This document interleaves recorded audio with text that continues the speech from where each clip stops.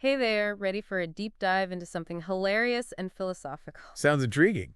We're going to tackle the philosophy of humor today, Okay. really digging into why we laugh and what it all means. Hmm. It seems so simple on the surface. You Right. hear a joke, you chuckle, done. Yeah. But some of these theories we're going to look at suggest there's way more going on. Oh. Like, why do we find things funny in the first place? Yeah. Is all humor about feeling superior? Hmm. Could laughter actually be like a survival tool? Interesting question. To get into all that, we need to start with the classic theories of humor, Okay. superiority, incongruity, and relief. Got it. 3 different ways to look at this whole laughing thing. Makes sense. So first up, superiority theory. Okay. I'll admit, when I first encountered this one, I was a bit skeptical. Really? It basically says that we laugh at others' shortcomings to feel better about ourselves. Uh-huh. Is that all there is to it? Just a little ego boost at someone else's expense. Well, that's the core idea. Hmm. And, it's fascinating to see how philosophers like Plato and Aristotle viewed this. Oh, yeah. Plato, it works like Philebus in Republic. Okay. He was pretty skeptical of laughter. Mhm. He saw it as stemming from, noticing others' flaws, especially their lack of self-awareness. Right. He felt this was like a loss of control, Yeah. a base kind of emotion. So not exactly the life of the party then, Plato. Well, But yeah. I can kind of see where he's coming from. Okay, Like, think about certain types of reality TV. yeah, You're watching people make these, terrible decisions. right, And maybe a part of you is thinking, glad that's not me. exactly. It's that I'm better than that feeling. Uh-huh. Now, how about Aristotle? Well, Aristotle in Poetics and Nicomachean Ethics, Okay. he had a similar take. Mm-hmm. He felt comedy often targeted those worse than average. Okay. And he actually compared excessive humor to a form of abuse. Wow, strong word. Yeah. Sounds like those early philosophers weren't fans of stand-up comedy. But wait, wasn't there, a philosopher who actually championed this idea? Oh, you're thinking of Thomas Hobbes. Yeah. He was all in on this theory. Mm. For him, laughter was about experiencing sudden glory, Sudden glory. that realization that you were superior to someone else. Okay. At that moment, Right. think of classic comedic characters, like Shakespeare's Falstaff. Yeah. We laugh at their blunders, their foolish choices. Mm-hmm. Could it be that we're amused because of their perceived inferiority? Interesting point. But I'm not sure it always holds up. What do you mean? I mean, I've definitely been in situations where I'm like, wow, I'm handling this better than they are. Yeah, But I didn't exactly burst out laughing, I see. So maybe there's more to it. You've hit on a key critique of this theory. Really? Take the example, Bev, like witnessing someone suffering. Okay. You might recognize their misfortune, Yeah. maybe even feel relieved you're not in their shoes, Right. but you wouldn't find the situation funny, right? Definitely not. So just feeling superior on its own, Yeah. it doesn't necessarily guarantee humor. Hmm. It might explain some instances, Okay. but it doesn't capture the whole picture. So superiority theory of its limits. Yeah. What about incongruity theory then? Ah, incongruity theory. This one seems a bit more, I don't know, complicated. It's definitely more nuanced, Okay. but also very relatable, I think. Oh. Think of it this way. Okay. You're watching a movie, Yeah. totally engrossed in the plot, Uh-huh. and bam, this surprise twist comes out of The nowhere. good old plot twist. That feeling of, wait, what just happened? Oh, yeah. That disruption of your expectation? I love those. That's incongruity at play. So incongruity theory is all about those unexpected surprises. Exactly. Hmm. Thinkers like Francis Hutcheson, Immanuel Kant, Arthur Schopenhauer, Big names. they were all on board with this idea. Okay. Humor, they argued, Yeah. it lies in that unexpected clash of ideas or events.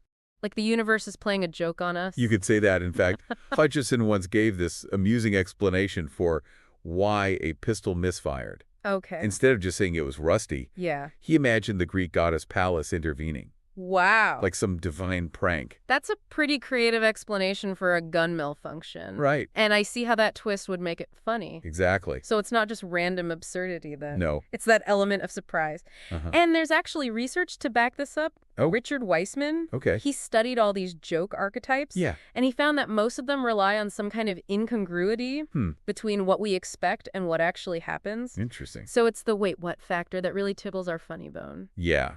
Now, where does Kant fit into all of this? Whoa. He's known for being kind of a complex thinker, right? Kant went all in on the physiological aspect. Physiological. He believed that laughter is a physical response to mental confusion. Really? Imagine your brain trying to reconcile all these conflicting ideas. Okay. That clash, he said, creates a ticklish feeling in your diaphragm. A ticklish diaphragm. That's a new one. So we're literally feeling the incongruity in our bodies. That's what Kant proposed. Wow. Now, Schopenhauer took this even further. Oh. He suggested that we secretly enjoy seeing our intellects outsmarted by reality.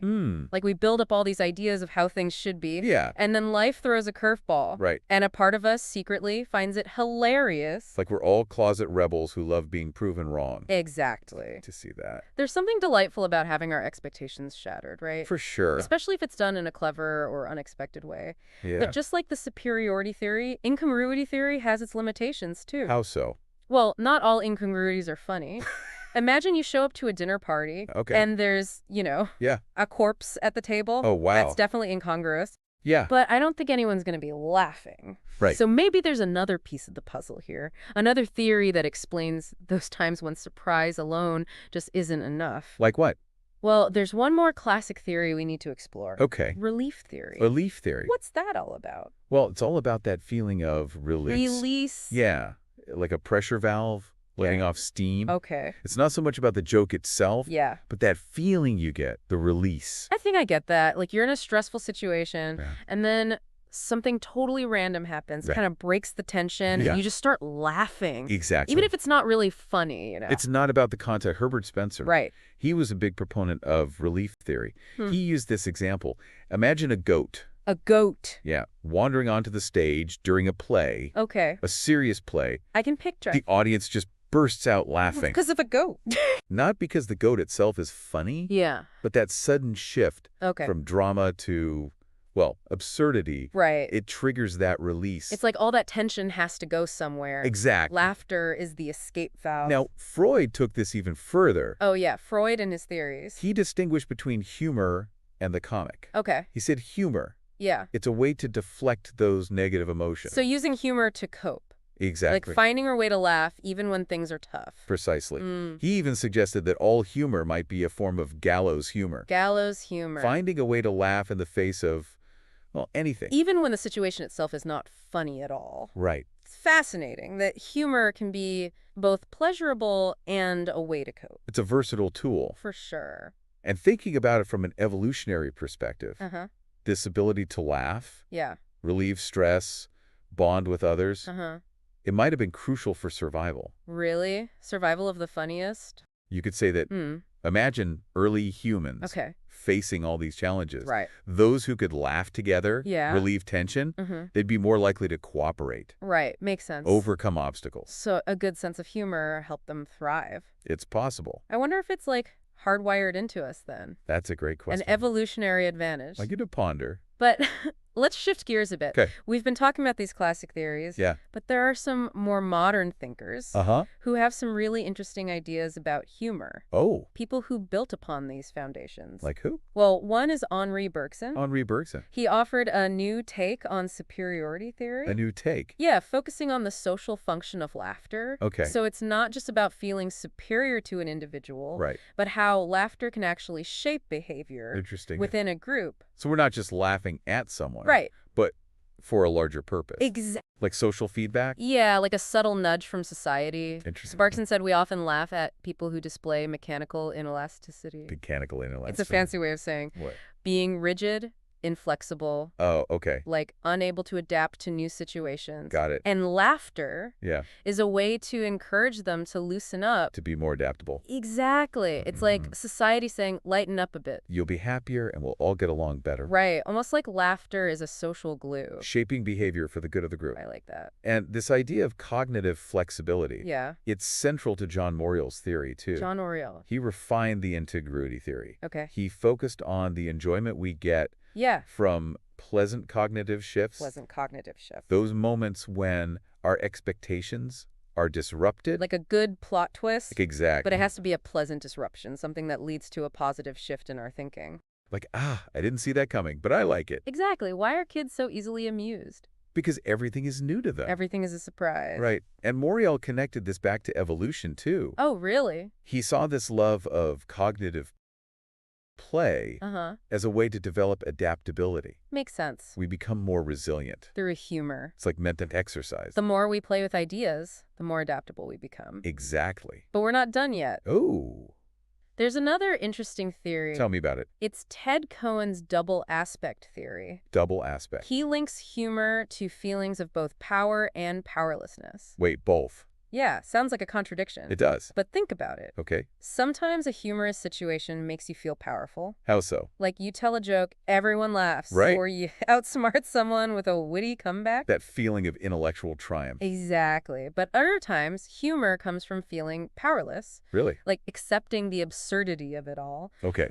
Think about humor in the face of tragedy. Oh, right. It's acknowledging that some things are beyond your control. But you can still find a way to laugh. Exactly. So humor can be a source of strength when you feel powerful. Yeah. And a source of resilience when you feel powerless. Like a two-sided coin? Both sides equally valuable. And this helps us understand humor in marginalized communities. Okay. Like Holocaust-era Jewish humor. Right. People facing unimaginable horrors. But still finding ways to laugh. To find joy in the darkness. It's incredible. This has been quite a journey. It has. From Plato to Freud to modern theories. And everything in between. It's amazing how much depth there is to laughter. It's a fundamental part of being human. So after all of this, yeah, is there one right answer? Well, that's the thing about philosophy. What's that? It's not always about finding the right answer. What we've seen with humor is that it's, well, multifaceted. Okay. There are all these different layers. Psychological, social, even evolutionary. Exactly. So maybe it's not about finding the answer, right, but appreciating the different perspectives. Each theory sheds light on a different part of it. Like pieces of a puzzle. And it shows you that humor is much deeper than we think. For sure. It's not just jokes and slapstick. Yeah. It's part of what makes us human. I'm definitely seeing humor in a whole new light after all this. It's more than just a chuckle. Right. It's a tool we have for dealing with life. And that brings us to a question for you, dear listener. Think about your favorite type of humor. Okay. What does it say about you? Interesting. Do you like wordplay? Slapstick? Something a bit darker?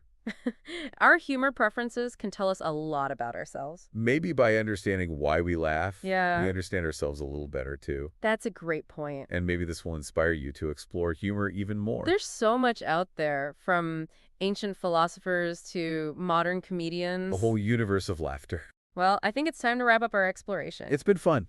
Who knew thinking about laughter could be so fascinating? It just goes to show What? Even serious subjects could be approached with a bit of humor. Right. A little laughter makes learning more enjoyable. So we'll leave you with one final thought. Okay. Why don't scientists trust atoms? Hmm. Because they make up everything. You got me there. Until next time. Keep exploring, keep questioning. And most importantly, keep laughing.